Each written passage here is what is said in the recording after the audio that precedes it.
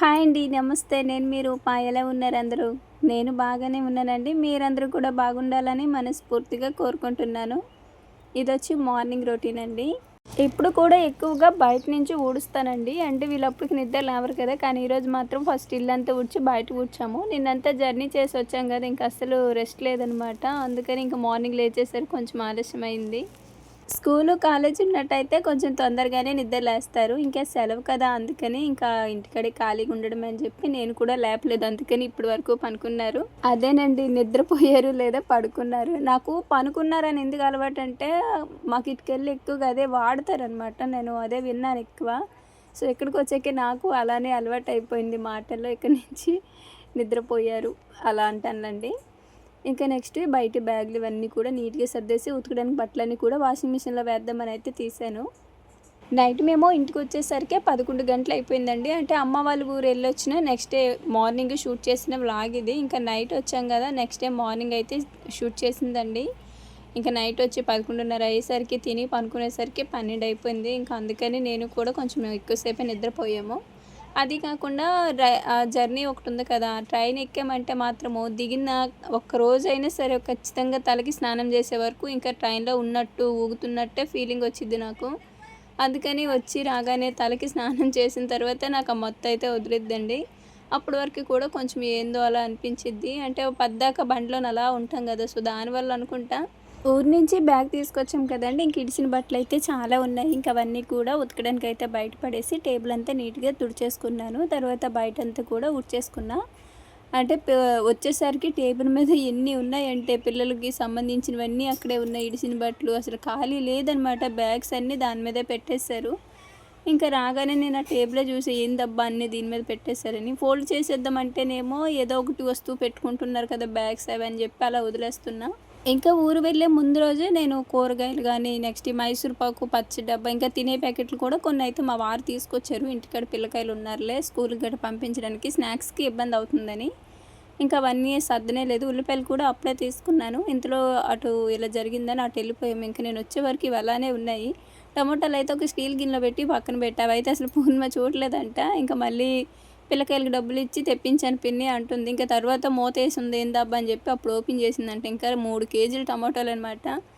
ఇంతలో కూరకి ఏమీ లేవు బావ అంటేనేమో వంకాయలైతే మా వారు చెట్ల కాడ నుంచి నీళ్ళు పెట్టొస్తూ తీసుకొచ్చారు. మేము ఎళ్ళి నుంచి 3, 4 డేస్ అనుకుంటా వంగ చెట్లకు నీళ్ళు కూడా లేవనమాట. అసలు ఎలా ఉండయో అనుకున్నా గానీ కాయ అయితే గట్టిగానే ఉంది. ఇంకా దానికి తోడు ఈ టమాటాలు, కూరగాయలు అవి తీసుకొచ్చాను కదా! టమాటాలు ఒక్కటే ఉన్నాయి. మిగతా కూరగాయలయితే 2 రోజులు కూడా మేము లేము కదా! ఇంకా వాళ్ళు అవే వండుకున్నారంట. అమ్మ వాళ్ళ ఊరు వెళ్ళామంటే 2 డేస్ జర్నీలోనే అయిపోద్ది. ఇంకా 2 డేస్ అక్కడ ఉన్నట్టు అంటే 4 డేస్ అనమాట. ఎళ్ళొచ్చేటట్టు కూడా అనిపియదు. అందుకని ఎప్పుడెళ్ళినా సరే సెలవులు చూసుకొని ఒక 10 రోజులు ఉండేటట్టు వెళ్తాను. ఇలా వెళ్ళి అలాగొచ్చామంటే ఒళ్ళు హూనం అయిపోవడం తప్ప ఇంక అంతకు మించి ఉండదు ఆ జర్నీలకి. అందుకని మా అక్కయ్య వాళ్ళు కూడా ఎలాగొచ్చారు కదా! 2 రోజులు ఉండెళ్ళండి సెలవులే కదా! వాళ్ళు ఉంటారులే అని అయితే అన్నారు కానీ వచ్చేయటమే మంచిదయింది నిజంగా. నెక్స్ట్ వీడియోలో చెప్తానులెండి. ఇంకా ఉల్లిపాయలన్నీ కూడా ఈ చిన్న బేసిన్‌లో పెట్టుకుంటాననమాట. ఎప్పుడైనా కొంచెం కొంచెం గిన్నెలున్నప్పుడు ఆ పెద్ద దానిలో వేసి బయట కడుక్కుంటా. ఇందులో ఉండడం వల్ల ఇబ్బందవుతుందనమాట. ఇంకా రాగానే కిచెన్ అంతా కూడా నీట్‌గా ఒకసారి సర్దేసుకొని తుడిచేసుకున్నాను. ఇంకా పూర్ణిమ అసలు ఎలా చూసుకుంటుందేమో అనుకున్నాను కానీ పర్వాలేదు. ఇంకా తను కాలేజ్‌కెళ్ళడమే కాకుండా పిల్లల్ని కూడా రెడీ చేసి పంపిందంటే నా వరకు చాలా గొప్ప. ఎందుకంటే నేనుంటే సరిగ్గా నిద్ర కూడా లేవరు. అటువంటిది నేను లేకపోయేసరికి ఎంత బాధ్యతగా పనులు చేసుకున్నారో నిజంగా అనిపించింది నాకు. అంటే నేనుంటేనే వీళ్ళు ఇలా తయారవుతున్నారు. నేను ఏమైనా ఎక్కడికైనా పని మీద వెళ్తే ఈళ్ళు బానే మేనేజ్ చేసుకోగలరు అనిపించింది. నైటే పూర్ణిమ మంచినీళ్ళు లేవు పిన్ని అని చెప్పి ఇంకా కొంచెం ఉంటే ఇవే ఉన్నాయని చెప్పింది. ఇంకా అందుకని మార్నింగ్ మా వారు చెట్ల కాడ నుంచి రాగానే ముందు ఒక క్యాన్‌కి నీళ్ళు తీసుకొచ్చి పెట్టే బావ అని అయితే చెప్తాను. అంటే మధ్యలో వచ్చారనమాట. నీళ్ళపోతే కరెంట్ లేదని చెప్పి ఇంకా వస్తే వచ్చేటప్పుడు కొంచెం కూరకు వంకాయలు తీసుకొస్తాలే అవి వండేసేయి అన్నారు. అందుకని వంకాయలు ఇంట్లో కొంచెం పప్పు ఉందిలెండి. 2 కలిపి వండుదామని తీసుకురమ్మని చెప్పా. ఇంక ఇంతలో మంచినీళ్ళు కూడా తీసుకొచ్చారు. మంచినీళ్ళు లేకపోతే అసలు ఏ పని చేయబుద్ధి అయ్యేదబ్బా. అదేంటో గాని వంటకైతే మాత్రం మరీను. బయట పంపు నీళ్ళు వాడుకల వరకే, వంట వరకైతే ఏమీ యూజ్ చేయను. ఎందుకంటే బాగా నాచొస్తుంది అవి. అందుకని ఇంక ఈ ముగ్గు పిండి ఎప్పుడో తీసుకున్నాను. పోద్దాం అనుకుంటా ఇంక ఏదో ఒక పని ఉండి ఇలాగే వదిలేస్తాను. ఇంక దీన్నైతే ఈరోజు డబ్బాలో వేసి పెట్టేస్తా స్టీల్ క్యాన్‌లో. ఇంకా కిచెన్ క్లీనింగ్ అయిపోయి ముగ్గు పిండి వేసుకున్న తర్వాత కొంచెం వేడి నీళ్ళు అయితే పెట్టుకొని తాగి తర్వాత వంట అయితే స్టార్ట్ చేశానండి. లాస్ట్ టైము బాబు చనిపోయాడని వీడియో పెట్టాను కదండి. కొన్ని కామెంట్స్ ఏంటంటే అసలు బాధే కనిపించడం లేదు, నవ్వుతూ ఉన్నారు అని. మేము బాధపడలేదని మీరు ఎలా అనుకుంటారండి? అంత చిన్న పిల్లాడు చనిపోతే ఎవరో పక్కనున్న పిల్లాడికి ఏదైనా జరిగితేనే ఏడుస్తాం. అలాంటిది మన ఇంట్లో పిల్లాడు అలా చనిపోతే ఎవరు ఏడవకుండా ఉంటారు? కాకపోతే నేను బాధలో ఉన్నప్పుడు వీడియోస్ ఏమీ తీయలేదు అంతే. అలా అని చెప్పి ఏడుస్తూ ఉండలేం కదండి ప్రతిసారి. అక్కడ సిచ్యువేషన్ ఎలాంటిదంటే ఒకళ్ళం బాధపడ్డామంటే పక్కనున్న నలుగురు కూడా బాధపడుతున్నారు. అదే ఒకళ్ళం నవ్వామంటే నలుగురు నవ్వుతున్నారు. జరిగిపోయిన దాన్ని మనం ఏమీ చేయలేము, కానీ జరగాల్సింది మాత్రం మన చేతుల్లోనే కదండి ఉంటుంది. మనం బాధపడి అవతల వాళ్ళని బాధపెట్టి అంతెందుకు ఇప్పుడు నేను ఏడుస్తూ వీడియో పెడితే మీలో కూడా కొంతమందికి చాలా బాధ అనిపిస్తుంది. ఎందుకంటే ఆ పెయిన్ని ఫీల్ అవుతారు కాబట్టి. కానీ కొంతమంది దాన్ని ఓవర్ యాక్టింగ్ ఎందుకంత చేస్తున్నావు అని కూడా అంటారు. ఎందుకంటే రేకులు పగిలిపోయినప్పుడు మా ఇంట్లో నేను పడే బాధ చాలామందికి ఆ రోజు ఓవర్ యాక్టింగ్గా అనిపించింది. సో అలా కొంతమందికి అలా అనిపించిద్ది, కొంతమందికి ఇలా అనిపించిద్ది. అప్పటి నుంచే నేను ఏడుస్తున్న వీడియోలు పెట్టకూడదు అని కూడా డిసైడ్ అయ్యాననమాట. అందుకని నేను అసలు ఏ వీడియోస్ అసలు తీసే సిచ్యువేషన్ కూడా అక్కడ లేదులండి. వీడియో తీసే ధ్యాస కూడా లేదు ఆ బాధలో. అందులోకొచ్చి ఏమంటూ రేకులు పగిలి ఇదయ్యిందో అప్పటి నుంచి వరుసన ఎదురు దెబ్బలు తగలటం, వీడియోస్ అన్నీ కూడా నేను ఇప్పటి వరకు యూట్యూబ్ ఛానల్ స్టార్ట్ చేసినప్పటి నుంచి ఇప్పటివరకు ఎప్పుడు కూడా నాకు ఈ బాధగా ఉంది అని చెప్పి ఏడుస్తూ ఏ రోజు నేను ఒక్క వీడియో పెట్టింది లేదండి. ఎందుకంటే ఎప్పుడు కూడా మన వీడియో ఒకరు చూస్తున్నారు అంటే ఖచ్చితంగా హ్యాపీగా ఫీల్ అవ్వాలని చెప్పి ఎంత కష్టం వచ్చినా సరే నేను ఏ రోజు కూడా వీడియోలు మాత్రము మంచిగా నార్మల్గా మీకు ఎప్పుడు హ్యాపీగా ఉన్నట్టే చూపించాను.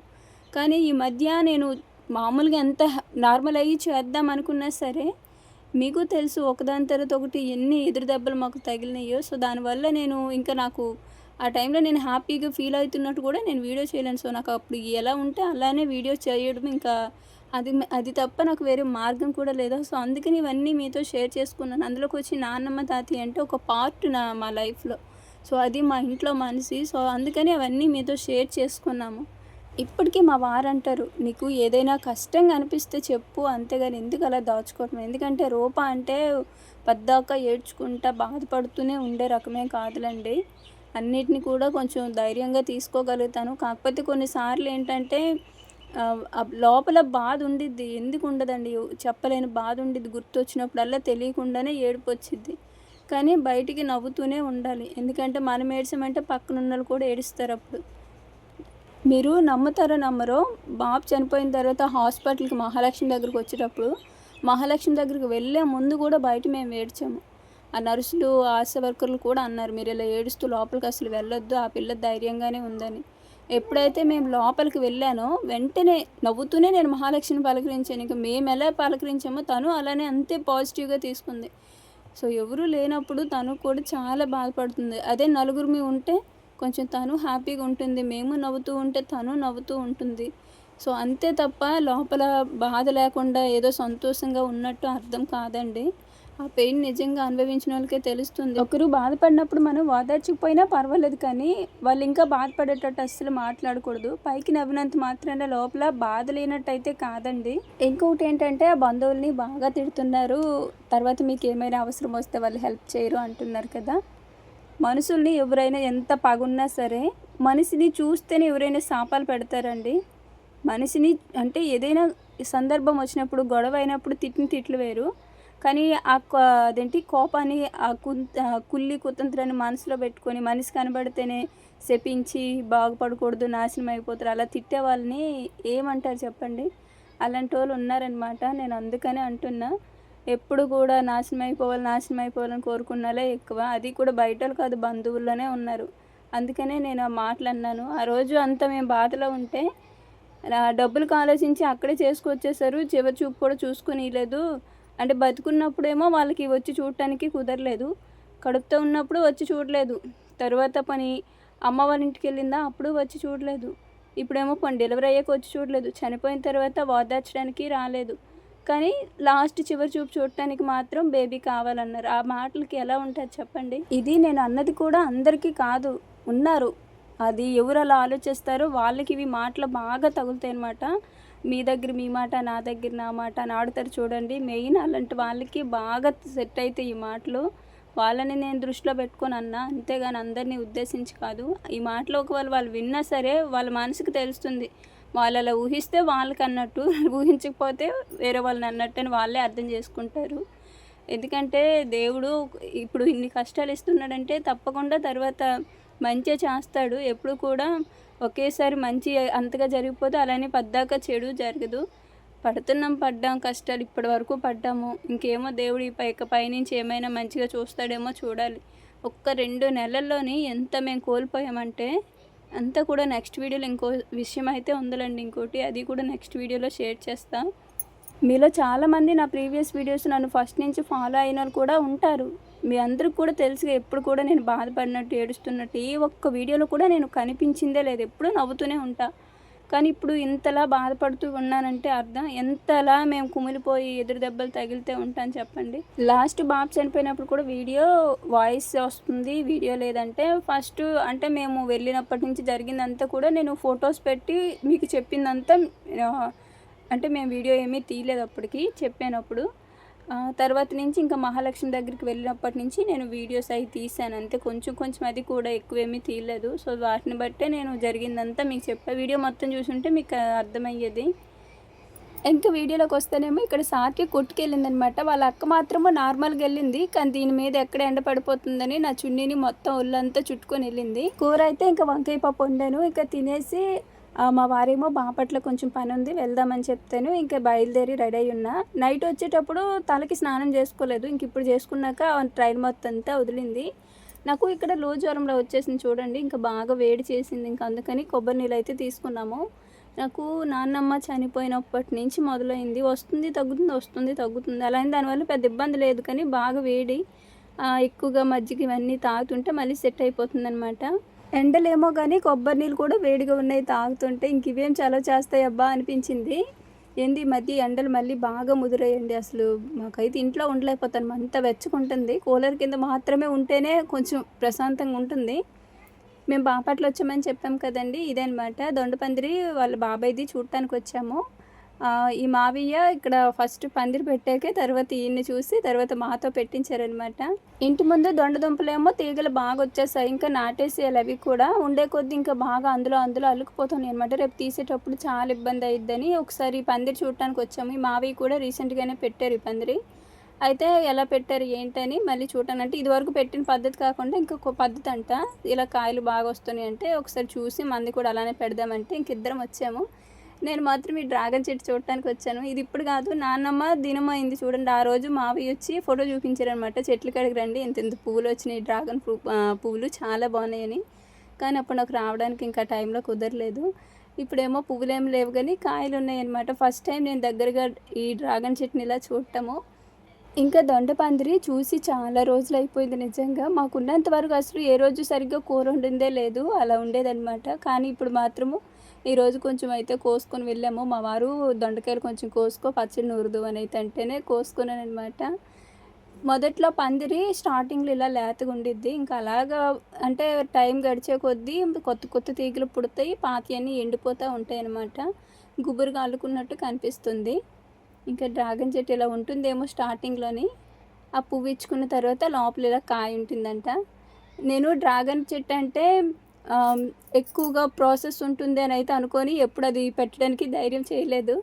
అయితే ఈరోజు మావయ్య అసలు ఏముండదు, జస్ట్ అలా వేసేసి ఇంకా ఏదైనా దానికి కొంచెం సపోర్ట్ ఉంటే చాలు భలే కాస్తాయి, కోసి ఇచ్చేదా తీసుకెళ్ళి నాటుతారని అయితే అడిగాడు. కానీ ఇప్పుడైతే వద్దులే మావయ్య, తర్వాత మేము ఇలా పందిరి పెట్టుకుంటాం కదా, ఇలా పందిరి మధ్యలో మీకులా వేసుకుంటాంలే అప్పుడు తీసుకువెళ్తానని అయితే చెప్పాను. ఏమి కాదు ఇంటికాడైనా నాటుకోవచ్చు అన్నారు. కానీ ఇంక ఇంటికాడైతే వద్దులే మావయ్య, నేను సేమ్ ఇలా పందిరిలో వేసుకుంటాంలే, బాగుంది బాగా వచ్చింది అని అన్నాను. ఇంకా కొంచెం కాయలు అయితే అప్పటికి మావయ్య మొత్తం కోసారంట. ఏడో ఒక్కొక్క కాయ ఉంటే అవి కూడా పెద్ద పెద్ద కాయలు మనకంటుగా కనిపిస్తాయిలండి. ఇంకా ఆడాడుంటే మొత్తానికి కవరకి అయితే దొరికినాయి అవి కూడా.